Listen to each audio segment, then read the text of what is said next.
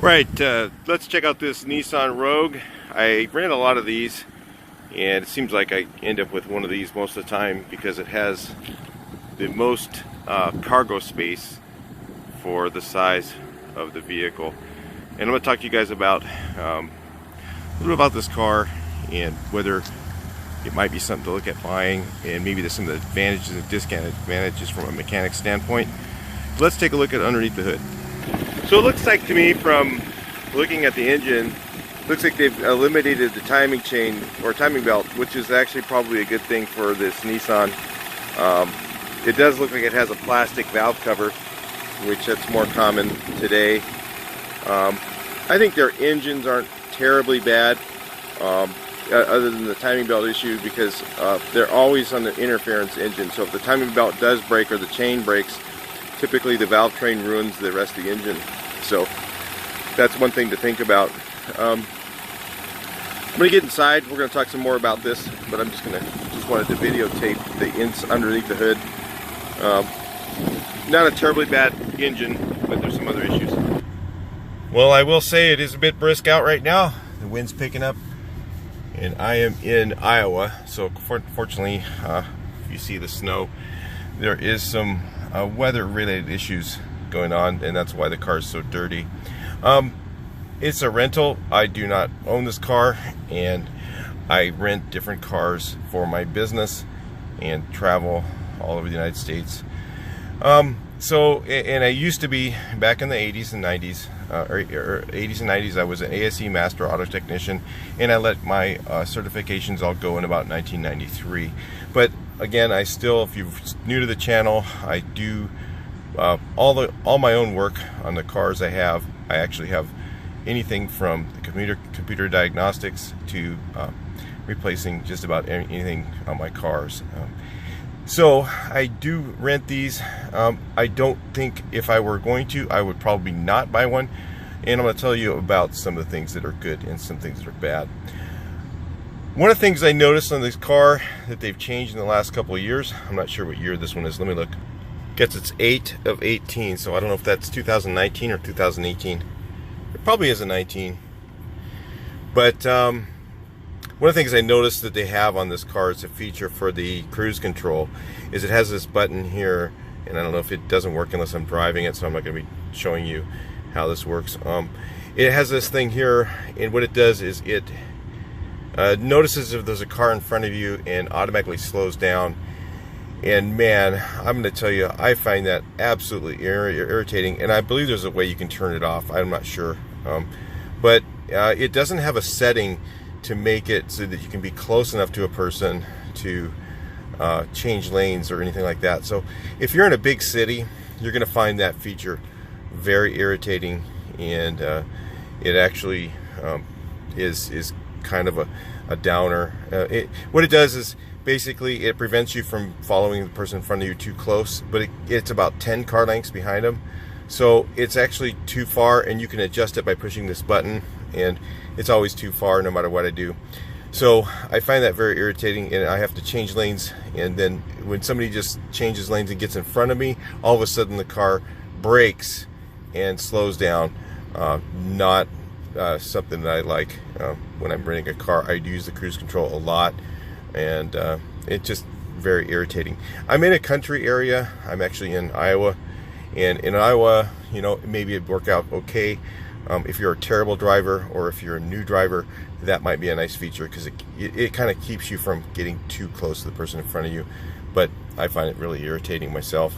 Some of the things that are good about these cars are, you know, are the room inside, and the comfort of the car is good, and it does have a lot of bells and whistles. But don't be fooled by those things. There's some very, very major downside to these cars.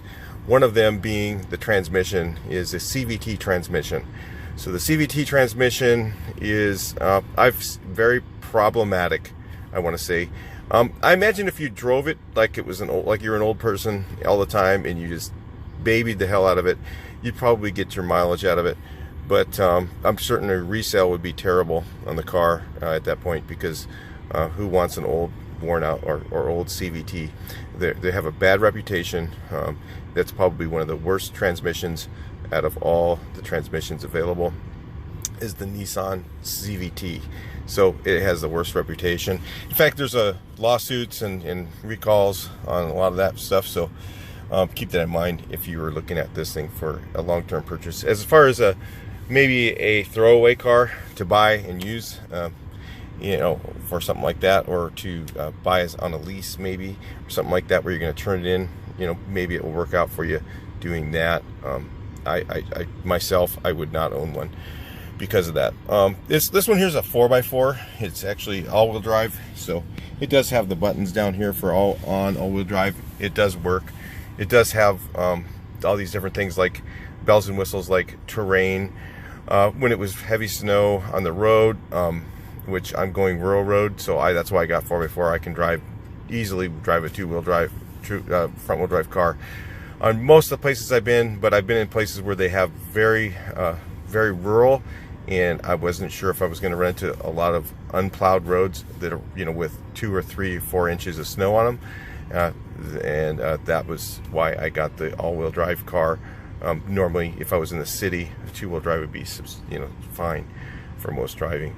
So, but the all-wheel drive does work pretty well. It does handle and hook up pretty well when you're in that situation. I haven't had that many places where I was, but then again, I'm also haven't gone to my rural areas yet on this trip. So, anyway, other things. Let's think about the other things we got. Other benefits to the car are the seats fold down pretty well, not totally flat, but you can get, like, I have a ladder back there in the back of the car, and I typically carry a ladder with me for the type of stuff I do, and I can carry equipment back here. There's a lot of headroom space up above and things like that. It does have a lot of airbags. If you look here, features like that, safety features are probably okay. I don't know the safety record. I would look that up if I were you, if you're considering the car. It does have the automatic headlights, which are nice on this one. I don't know if they're available or just standard on all the cars, but that is a really nice thing to have, the auto headlights, because especially when you're renting a car. For myself, I get into one and it doesn't have the auto headlights, and sometimes I forget to turn them on because you know, because the whole dashboard is illuminated, and you don't think that the lights, you don't think to look to see if the lights are on, and sometimes you'll drive away with your lights off. So having the auto headlights is really nice, a nice feature that comes on the Nissan. I don't know if it comes on all the models. Somebody will comment below. Of course, anything you guys want to comment, please do so. If you have a Nissan, or you don't have a Nissan, if you have something, because what will happen is some of the other people will go down and read those comments and like or dislike them. Thank you for doing that, please. And when you like or dislike those comments or whatever, it'll bring them up on the rankings on the comments, and then it'll make it easier for you to figure out if it's something you're interested in buying yourself. Or, you know, there's, you know, there's a lot of nice little bells and whistles. You know, the Bluetooth setup, of course, is in almost every car now. The radio doesn't sound terribly bad. It does handle really nice. The steering is very light, so it's very easy to steer. Yeah, but again, you know, remember, look up CVT if you're looking at one of these. CVT. If you're going to buy a stick shift, maybe that'd be okay. This probably wouldn't be a bad car, stick shift, but myself, I just don't like to drive stick shift anymore. Even though I can drive just about anything. I like to just sit in the car, step on the gas, and go. I don't want to think about anything else. Just much easier for me.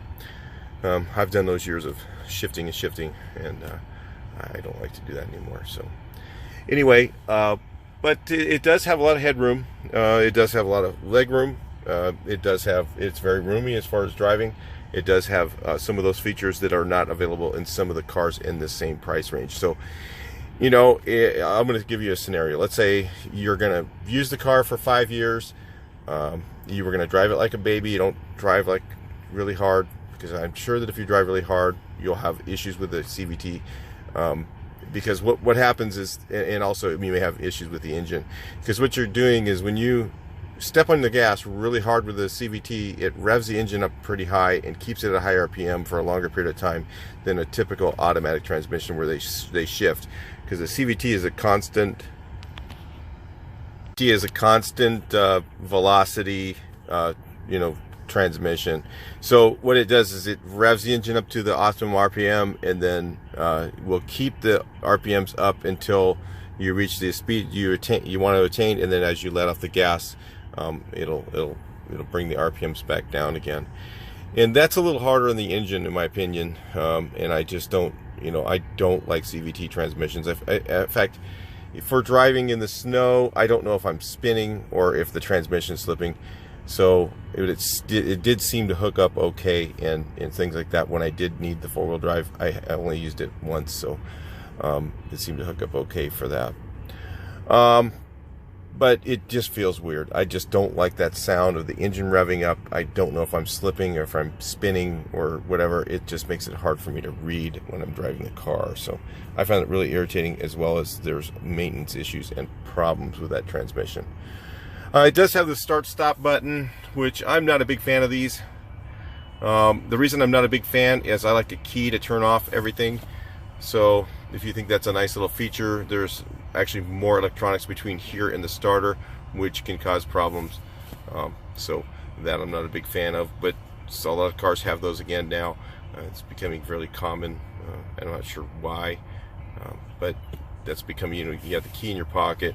You can start it up and walk away from the car. Somebody else could get in it and drive it away, and they'll drive it until they stop it, and you lose your car that way. So it's you know, you can leave the key, you can leave the engine running by accident, get out of the car, and that's one of the issues with it. But it's also a safety issue, because in my opinion, when you go ahead and you are driving, if the solenoid fails to turn this off and your engine doesn't turn off, then you know, you could be in an acceleration situation where the throttle's stuck or something like that, and not be able to control the car, get it to stop on its own. The only thing you'd have is, you know, put it in reverse or park or something like that while you're speeding.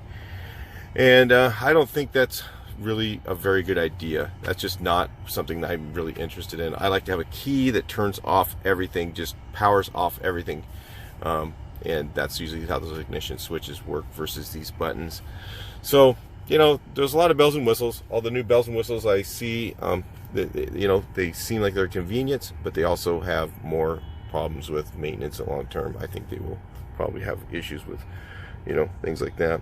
I mean, it's pretty nice. It does have the heated seats, which is nice and convenient. I was in a Ford Explorer before this, and the Ford Explorer did not have heated seats, and boy, I was freezing my butt off every time I got in it, because it had leather seats with no heaters.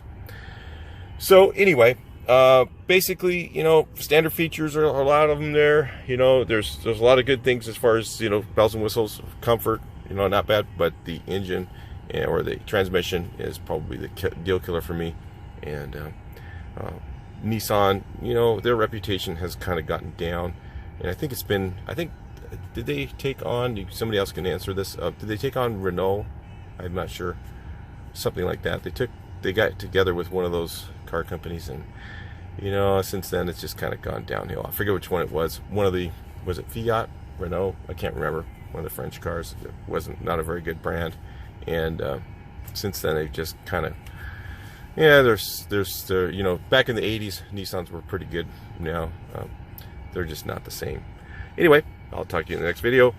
Please like, share, and subscribe. Leave your comments. I'd like to hear what you guys have to say. And if you're looking at the car for purchase, whatever, look at those other comments and kind of help you make a decision. Maybe some guys have had really good service with theirs. Maybe some people have really terrible. And leave those comments down there, and that'll help the other people who are looking at this car. I'll talk to you in the next video. Please like, share, and subscribe.